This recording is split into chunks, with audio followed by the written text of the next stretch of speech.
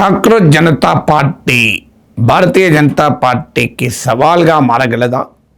ఇది ఒక రాజకీయ పార్టీ కాదు, మేము ఇది ఒక పీపుల్స్ మూమెంట్ అని cockroach Janata party spokes person చెప్తున్నారు. కానీ అందులో కాక్రోచ్ జనతా పార్టీ అని ఉంది కనుక సహజంగానే ఇది రాజకీయ పార్టీగా రూపాంతరం చెందాలని కోరిక ఉండవచ్చు. భారతీయ జనతా పార్టీని పోలిన రీతిలో కాక్రోచ్ జనతా పార్టీ అని పేరు పెట్టారు కనుక బీజేపీని ఛాలెంజ్ చేస్తామంటూ వచ్చారా? అందులో ఆమ్ ఆద్మీ పార్టీకి సంబంధించినటువంటి రూట్స్ ఉన్న వాళ్ళు ప్రధాన భూమిక పోషిస్తున్నారు, ఇంక్లూడింగ్ దీని ఫౌండర్ అయిన అభిజిత్ దీప్కేతో సహా. స్పోక్స్ పర్సన్స్ కూడా ఆమ్ ఆద్మీ పార్టీ నేపథ్యం ఉన్న వాళ్ళు కనుక ఇతర రాష్ట్రాల్లో కూడా దీన్ని ఆర్గనైజ్ చేస్తున్న వాళ్ళు ఆ మూమెంట్తో ఆ పొలిటికల్ పార్టీతో అసోసియేట్ అయి ఉన్నవారు ఉండడం వల్ల ఆప్తో డిజిల్యూషన్ అయిపోయి అరవింద్ కేజ్రీవాల్ పని విధానంతో చిరాకు చెంది దూరంగా ఉన్నవారు ఈ కొత్త ప్రయోగాన్ని ఏమైనా చేస్తున్నారా అనే ఆలోచన కూడా వస్తుంది.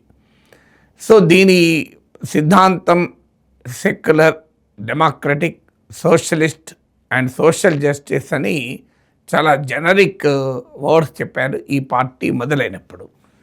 కొన్ని డిమాండ్లతో ఇప్పుడు యాక్షన్లోకి వచ్చారు. కేవలం ఆన్లైన్ యాక్టివిటీ కాదు ఇది ఆఫ్లైన్లో కూడా ఒక పొలిటికల్ డిమాండ్తో, అంటే ఎడ్యుకేషన్ మినిస్టర్ రిజైన్ చేయాలి అన్న పొలిటికల్ డిమాండ్తో రంగంలో దిగారు. సహజంగానే అందరి దృష్టి ఏం జరుగుతుంది అనేది, ఎందుకంటే ఇప్పటి వరకు యాక్షన్లోకి దిగిన తర్వాత కూడా కేవలం జంతర్ మంతర్ ప్రొటెస్టే కాదు, ఇతర ప్లేసెస్లో కూడా ప్రొటెస్ట్లు చేయడం మొదలుపెట్టారు, హైదరాబాద్తో సహా. అందువల్ల will cockroach Janata party challenge BJP. అపోజిషన్కి ఒక ప్రత్యామ్నాయం అవుతుందా? అసలు లేదు. అసలు ఇది కేవలం బుడగలాగానే ఉంటుందా? Will it only be a bubble? ఈ క్వశ్చన్స్ అనివార్యంగా మన ముందుకు వస్తున్నాయి. ఈ ప్రశ్నలకు too early to come to any conclusion. ఇది కేవలం ఒక బబుల్ లాంటిదే, ఏమీ కాదు, ఇది కేవలం యూత్ అడావుడి, ఇది ఆటోమేటిక్గా తేలిపోతుంది అనే అనడము కరెక్ట్ కాదు. ఇది ఒక బలమైన రాజకీయ పార్టీ అయిపోయి బీజేపీకి సవాల్గా మారుతుంది అనే కంక్లూజన్ రావడం కూడా కరెక్ట్ కాదు. ఎందుకంటే ఈ రెండిట్లో ఏది అవుతుంది అనేది క్వశ్చన్ మార్క్. ఇప్పుడు ఆమ్ ఆద్మీ పార్టీ మనం చూసాం, ఇండియా అగెన్స్ట్ కరప్షన్ మూమెంట్లో పురుడు పోసుకున్న ఈ పార్టీ అన్నా హజారే ఉద్యమంలో ఏకంగా ఢిల్లీలో అధికారంలోకి రావడమే కాకుండా పంజాబ్లో కూడా అధికారంలోకి వచ్చింది, గుజరాత్లో సిగ్నిఫికెంట్ ప్రజెన్స్ చూపెట్టుకుంది, గోవాలో ఓటింగ్ తెచ్చుకుంది. సో తర్వాత కేజ్రీవాల్ స్వభావము, ఆయన పని విధానం వల్ల ఇవాళ ఆప్ క్రైసిస్లో ఉంది. కానీ ఒక బ్రహ్మాండమైన వాతావరణాన్ని ఆప్ తీయగలిగింది. ఎందుకంటే ఇది మోడర్న్ పాలిటిక్స్లో ఒక అడ్వాంటేజ్ ఏంటంటే ఐడియాస్ను చాలా వేగంగా జనంలోకి తీసుకెళ్ళచ్చు, పెద్దగా ఖర్చు లేకుండా కూడా తీసుకెళ్ళచ్చు. ఇప్పుడు మీకు 20 ఏళ్ళ క్రితం పాలిటిక్స్ వేరు, ఇప్పుడు పాలిటిక్స్ వేరు. ఇప్పుడు thanks to technology, thanks to social media, ఇన్స్టాగ్రామ్లో, ట్విట్టర్లో, ఫేస్బుక్లో, యూట్యూబ్లో ఉన్న రోజుల్లో తమ పొలిటికల్ ఐడియాస్ను కానీ, తమ ఐడియాస్ను కానీ జనంలోకి చాలా వేగంగా తీసుకెళ్ళచ్చు. దాని ప్రభావం కూడా ఉంటుంది. ఇప్పుడు నేపాల్లో మనం చూసాం పరిణామాలు. అందువల్ల ఇది ఒక పొలిటికల్ మూమెంట్గా రూపాంతరం చెందదు అని కంక్లూజన్ రావడం కరెక్ట్ కాదు. అయితే అదే సమయంలో ఇదొక పెద్ద రాజకీయ పార్టీ అయిపోయి బీజేపీకి ఉనికికే ప్రమాదం అని ఎవరైనా కంక్లూడ్ చేస్తే టూ ఎర్లీనే కాదు, టూ స్పెక్యులేటివ్ కూడా అవుతుంది. ఎందుకంటే ఒక రాజకీయ పార్టీ ఎలా ఎమర్జ్ అవుతుంది, అది ఎలా నిలదొక్కుంటుంది అనేది కాస్త మనం దేశంలో చూస్తే అనుభవం. ఒక పార్టీ నిలదొక్కుకోవాలి, పార్టీ రావాలి, ఎన్నికల్లో గెలవాలి అంటే కొన్ని రకాల ఎమోషన్స్లో వస్తుంది. ఎందుకంటే మీకు కొన్ని ప్రత్యేకమైన సందర్భాల్లో ఆ ఎమోషన్స్తో మీకు పార్టీలు పుట్టి పార్టీల అధికారంలోకి కూడా రావచ్చు. కానీ అవి నిలబడాలి అంటే మాత్రం ఆ పార్టీ కొన్ని రకాల డైమెన్షన్స్ సంతరించుకోవాలి. ఒకటి ఐడియాలజీ. ఐడియాలజీ అనేది పెద్ద పదమైనప్పుడు లేనప్పుడు ఒక ఐడెంటిటీ లేదు, ఒక sense of belongingness and purpose ఆ పార్టీలో ఉన్న వారికి, ఒక లీడర్షిప్, ఒక బలమైన నాయకత్వం, అలాగే ఒక రకమైన కరిష్మా, లీడర్కు ఉండాల్సినటువంటి జనాకర్షణ, ఇలాంటి అనేక ఫ్యాక్టర్స్ కలిసి వచ్చినప్పుడే ఒక రాజకీయ పార్టీ నిలదొక్కుకోగలుగుతుంది. అందులో బీజేపీకి వచ్చే వరకు మీరు బీజేపీ ఎలా నిలదొక్కుంది, చాలామందికి అర్థం కాని అంశం ఏంటంటే బీజేపీ కేవలం గవర్నెన్స్, 5 ట్రిలియన్ ఎకానమీ, వికసిత భారత్ ఇలాంటి నినాదాలతోనే బీజేపీ బలపడింది అనుకుంటే పొరపాటు. BJP roots are completely in ideology. మీకు 1951లోనే జనసంఘ్ ఏర్పడింది. అంతకుముందే రాష్ట్రీయ స్వయం సేవక్ సంఘ్ ప్రారంభంతో బీజేపీ ఐడియాలజికల్ ప్రాజెక్ట్ మొదలైంది. 1952 జనరల్ ఎలక్షన్స్లోనే భారతీయ జనసంఘ్ 3 లోక్సభ సీట్లు తెచ్చుకుంది. ఆ తర్వాత చాలా ఏళ్ళు పట్టింది ఆ పార్టీ మెయిన్ స్ట్రీమ్ పార్టీగా రూపాంతరం చెందాలి అంటే. ఎందుకంటే పొలిటికల్ ఐసోలేషన్ ఎదుర్కొంది. సో మీకు ఒక రకంగా పొలిటికల్ అన్టచబుల్గా చూశారు. అవుట్ ఆఫ్ ఫ్యాషన్ ఐడియాలజీగా భారతీయ జనసంఘం చూశారు. కొద్దిమంది ఆలోచన సరళే తప్ప మెయిన్ స్ట్రీమ్ ఇండియన్ సొసైటీని క్యాప్చర్ చేయలేకపోయింది. 1975లో ఎమర్జెన్సీ వ్యతిరేక మూమెంట్ ఉపయోగించుకొని వ్యూహాత్మకంగా జనతా పరివారంలో భాగమైంది. అయిపోయి జనతా పార్టీ ముక్కచెక్కలైనప్పుడు ఒక బలమైన పార్టీగా 1980లో భారతీయ జనతా పార్టీగా రూపాంతరం చెందింది. సో భారతీయ ఆర్ఎస్ఎస్ రూపంలో ఉన్న, భారతీయ జనసంఘ్ రూపంలో ఉన్న, భారతీయ జనతా పార్టీ రూపంలో ఉన్న ఆ పార్టీకి ఉన్నది బలమైన సైద్ధాంతిక భూమిక. 1984 అనుకుంటాను 2 సీట్లు గెలుచుకుంది బీజేపీ. గుజరాత్లో 1 సీటు, తెలంగాణలో 1 సీటు. సో 2 సీట్లతో రాజకీయం మొదలైంది.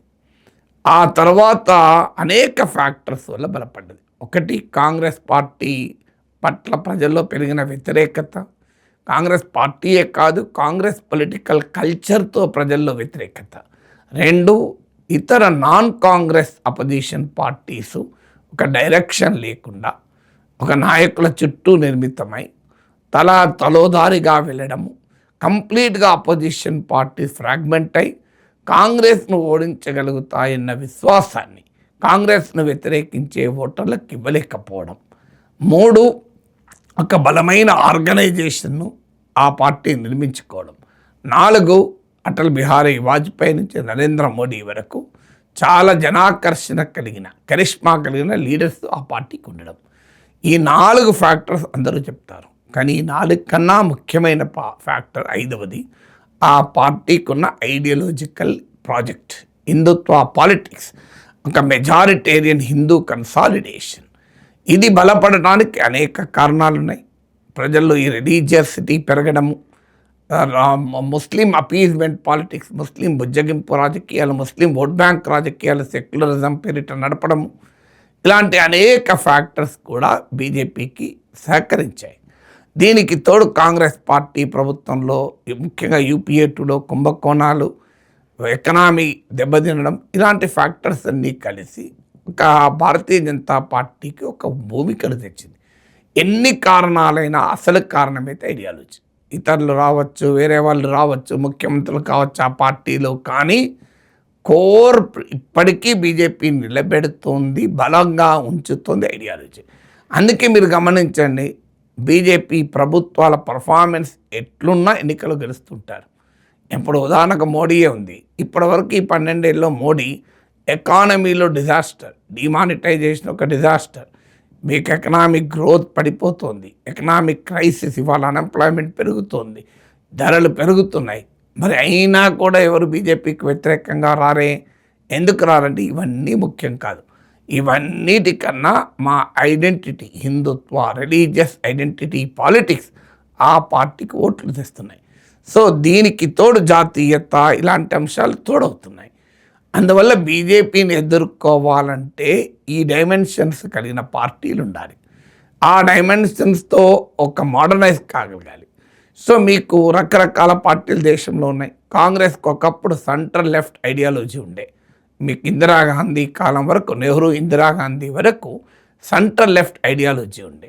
ఆ తర్వాత సెంటర్ రైట్ ఐడియాలజీకి మారింది కాంగ్రెస్ పార్టీ. రాజీవ్ గాంధీ హయాంతో స్టార్ట్ అయ్యి మన్మోహన్ సింగ్ టైంలో, పివి నరసింహరావు టైంలో ఈ పార్టీ కంప్లీట్గా సెంటర్ రైట్ అయింది. ఆ తర్వాత సెంటరు లేదు, లెఫ్ట్ రైట్ ఏదీ లేక కాంగ్రెస్ పార్టీకి ఐడియాలజీ ఏంటి అనేది ఒక ప్రశ్నార్థకంగా మారిపోయింది. సో దానితో ఓవరాల్గా ఒక నేషనల్ లెవెల్లో మరో సెంటర్ పార్టీ లేకపోవడం వల్ల కాంగ్రెస్ ఆ మేరకు నిలబడగలిగింది. ఇక ఆమ్ ఆద్మీ పార్టీ ఒక సెంటర్ లెఫ్ట్ ఎజెండాతో ముందుకొచ్చింది. ఆ తర్వాత సాఫ్ట్ హిందుత్వాన్ని ఎంబ్రేస్ చేసుకుంది.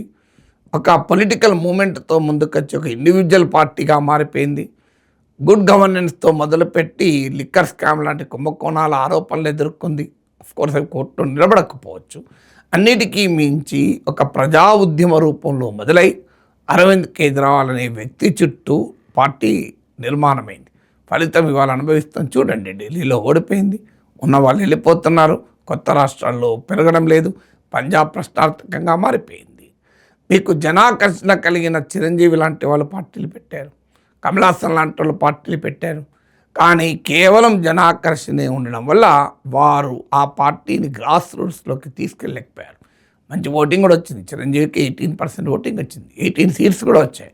కానీ ఆ పార్టీని లాంగ్ స్టాండింగ్లో నిలబెట్టలేకపోయారు. విజయకాంత్ ఒక ఉదాహరణ. సో ఇలాంటి పార్టీలు ఉన్నాయి. అందువల్ల మీకు ఇప్పుడు నార్త్లో అఖిలేష్ యాదవ్, ఆర్జేడీ, సమాజ్వాదీ పార్టీలు కాస్ట్ ఐడెంటిటీ ఒకవైపు, మండల్ పాలిటిక్స్ మరోవైపు ఆ పార్టీని నిలబెట్టాయి. సో ఇలా ఏదో ఒక ఐడెంటిటీ, ఒక పర్పస్, ఒక కారణము, ఒక అంశము బైండ్ చేస్తేనే ఆ పార్టీలు నిలబడతాయి. కంప్లీట్గా ఐడియాలజీ కావాలని ఏం లేదు.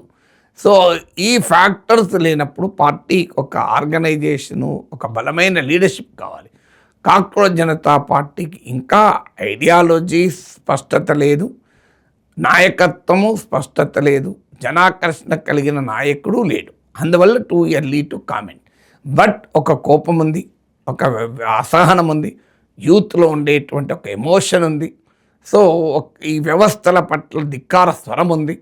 ఇవన్నీ కూడా good for people, mobilising people, good for getting attention, good for challenging the status quo. కానీ ఇది ఒక పొలిటికల్ పార్టీగా రూపాంతరం చెందటానికి కేవలం యాంగర్ ఉంటే సరిపోదు, కోపం ఉంటే, అసహనం ఉంటే, ధిక్కారం ఉంటే సరిపోదు. అది ఒక సైద్ధాంతిక నిర్మాణ రాజకీయ రూపాన్ని సంతరించుకున్నప్పుడు మాత్రమే అది బీజేపీకి సవాల్గా మారుతుంది.